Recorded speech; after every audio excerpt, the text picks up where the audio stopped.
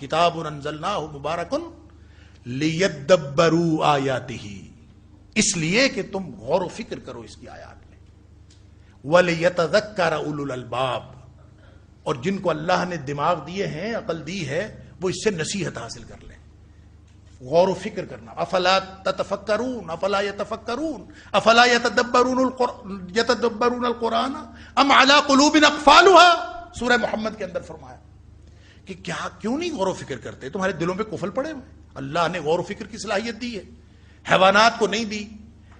کسی مخلوق کو نہیں دی، غور و فکر کی صلاحیت دی ہے تو انسانوں کو دی ہے۔ اور یہ انسان اگر غور و فکر نہیں کرتے قرآن میں تو اس کا مطلب یہ ہے کہ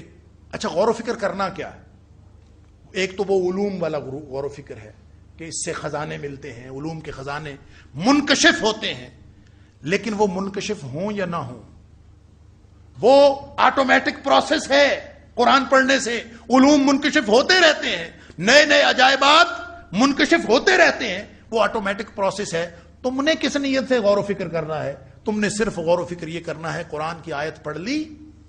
سورت پڑھ لی، پڑھنے کے بعد تم نے غور و فکر یہ کرنا ہے،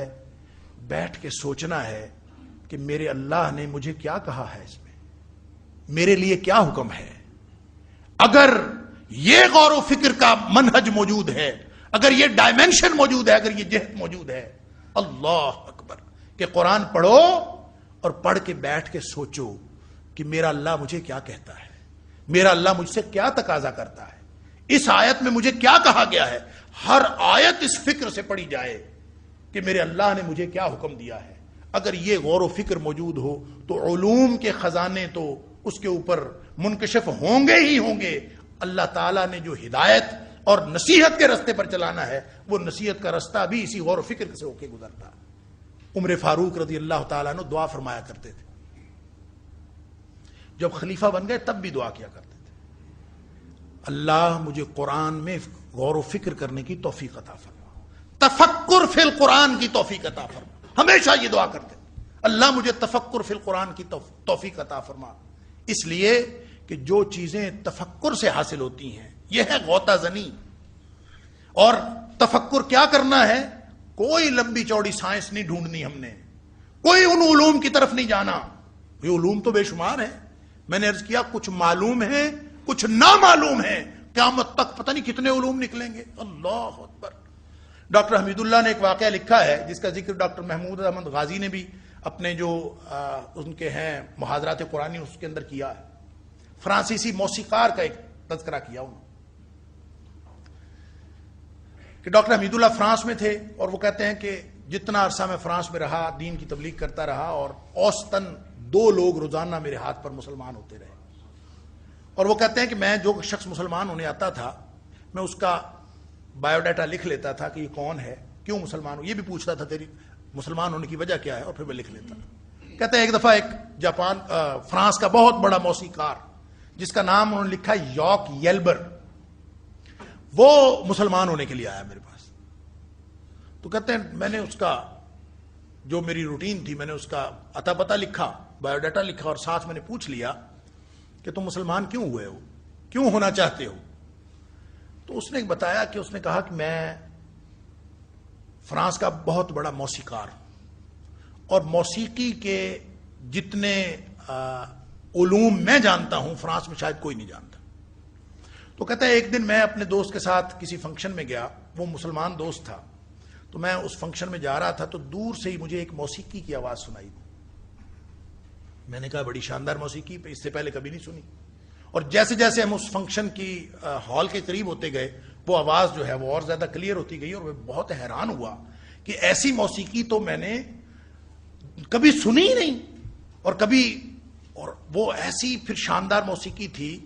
کہ جو رولز میں نے پڑھے ہوئے تھے، جو علوم میں نے پڑھے تھے ان علوم کے مطابق بھی تھی۔ تو میں نے اپنے دوست سے پوچھا کہ یہ کیا موسیقی ہے؟ اس نے کہا یہ موسیقی نہیں ہے بھلے آدمی، یہ تو قرآن ہے، یہ تو قرآن کی تلاوت ہو رہی۔ تو کہتا ہے میں نے پھر پوچھا قرآن کیا ہوتا ہے؟ اس نے مجھے تعارف کروایا، تو میں حیران ہو گیا۔ پھر میں نے تھوڑا قرآن پڑھا تو میں حیران ہو گیا کہ مجھے جو بہترین علوم موسیقی کے آتے تھے قرآن کی ہر آیت اس کے مطابق تھی۔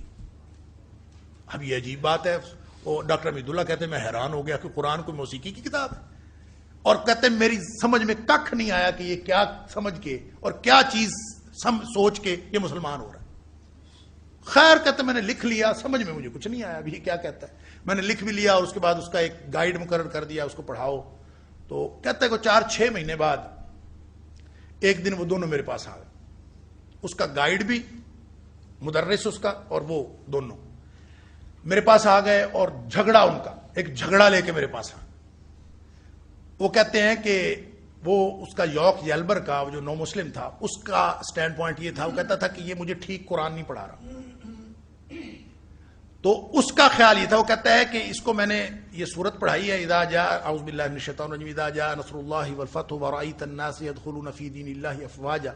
فسبح بحمد ربک واستغفر۔ وہ کہتا ہے میں نے یہ پڑھائی ہے اس کو سورت، یہ کہتا ہے کہ یہ جو افواجا ہے نا، افواجا اور فسبح، اس کے درمیان میں کوئی لفظ ہے اور یہ مجھے بتا نہیں رہا کہ وہ کیا لفظ ہے۔ ڈاکٹر حمیداللہ صاحب کہتے ہیں میں پہلے بھی حیران تھا کہ یہ پتہ نہیں کیا کہہ رہا ہے، تو اب تو میں بالکل ہی حیران ہو گیا کہ اس کا میں کیا جواب دوں۔ میں نے اس کو کہا کہ تمہیں کس نے کہا کہ اس میں لفظ ہے؟ اس نے کہا کہ میرے پاس جو موسیقی کا علم ہے وہ دنیا میں کسی کے پاس نہیں، اور میرے علم کے مطابق قرآن کی ہر آیت اور ہر لفظ پورا اتر رہا ہے، لیکن یہاں آ کے افواجا اور فسبح کے درمیان میں وہ میرے جو رولز ہیں اس میں گڑبڑ آتی ہے، اور مجھے پریشانی ہے کہ یہاں پہ کچھ ہونا چاہیے۔ ڈاکٹر حمیداللہ کہتے ہیں میں سوچوں میں اس کو کیا بتاؤں کہ یہ کیا کہہ رہا ہے اور میں کیا کہہ رہا ہوں اور تم کیا کہہ رہے ہو۔ کہتا بڑا میں پریشان ہوا، میں نے اس کو کہا تم ٹھہرو میں تمہیں ابھی بتاتا ہوں۔ میں نے اللہ سے دعا کی، یا اللہ یہ کیا ماجرا ہے، میں اس کو کیا بتاؤں، نو مسلم ہے، اس کو اگر میں کہوں کون سا علم ہے اس کا، کس علم کے مطابق وہ پرکھ رہا ہے، ہماری تو سمجھ میں نہیں آ رہا۔ علوم کا خزانہ ہے نا، لا تنقضی عجائبہ، معلوم علوم بھی نامعلوم علوم بھی۔ وہ کہتے ہیں کہ مجھے بیٹھے بیٹھے خیال آیا کہ بچپن میں جس قاری صاحب سے میں نے قرآن پڑھا تھا نا، انہوں نے مجھے کہا تھا کہ یہ جو افواجا اور فسبح ہے نا، یہاں رکنا نہیں ہے افواجا پہ۔ ڈاکٹر حمیداللہ صاحب کہتے ہیں کہ انڈیا میں نے جس شخص سے قرآن پڑھا تھا قاری صاحب سے، انہوں نے مجھے کہا تھا کہ افواجا پہ رک کے توقف کر کے فسبح نہیں کہنا، بلکہ کہنا ہے افواجا فسبح، یوں کہنا ہے۔ کہتا ہے قاری صاحب نے مجھے بچپن میں یہ بات کہی تھی، بعد میں محو ہو گئی ذہن سے، اور اب جب وہ اس نے میرے ساتھ یہ مسئلہ کھڑا کیا تو مجھے وہ یاد آ، مجھے پھر یہ بھی یاد آیا کہ ایک دفعہ میں نے یہاں پہ رک کے پڑھا تھا تو قاری صاحب نے مجھے ایک تھپڑ بھی لگایا تھا کہ رک کے نہیں پڑھنا، افواجا فسبح پڑھنا۔ کہتے ہیں میں نے اس کو کہا کہ یہ اصل میں نا یہ اس کی قرات کے 2 طریقے ہیں، اور اصل طریقہ یہ ہے افواجا فسبح بحمد ربک واستغفر۔ ڈاکٹر حمیداللہ لکھتے ہیں کہ میں نے جب اس کو یہ کہا نا تو وہ اٹھ کے ناچنے لگا، اور اس نے کہا اب ٹھیک ہے، اب ٹھیک ہے۔ اور وہ ڈاکٹر حمیداللہ کہتے ہیں مجھے نہیں پتا کیا ٹھیک تھا اور کیا غلط تھا،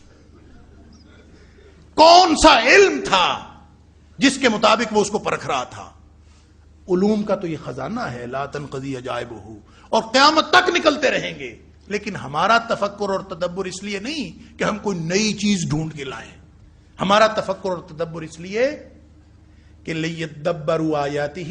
ولیتذکر اولو الالباب، میرا اللہ مجھے کیا کہتا ہے۔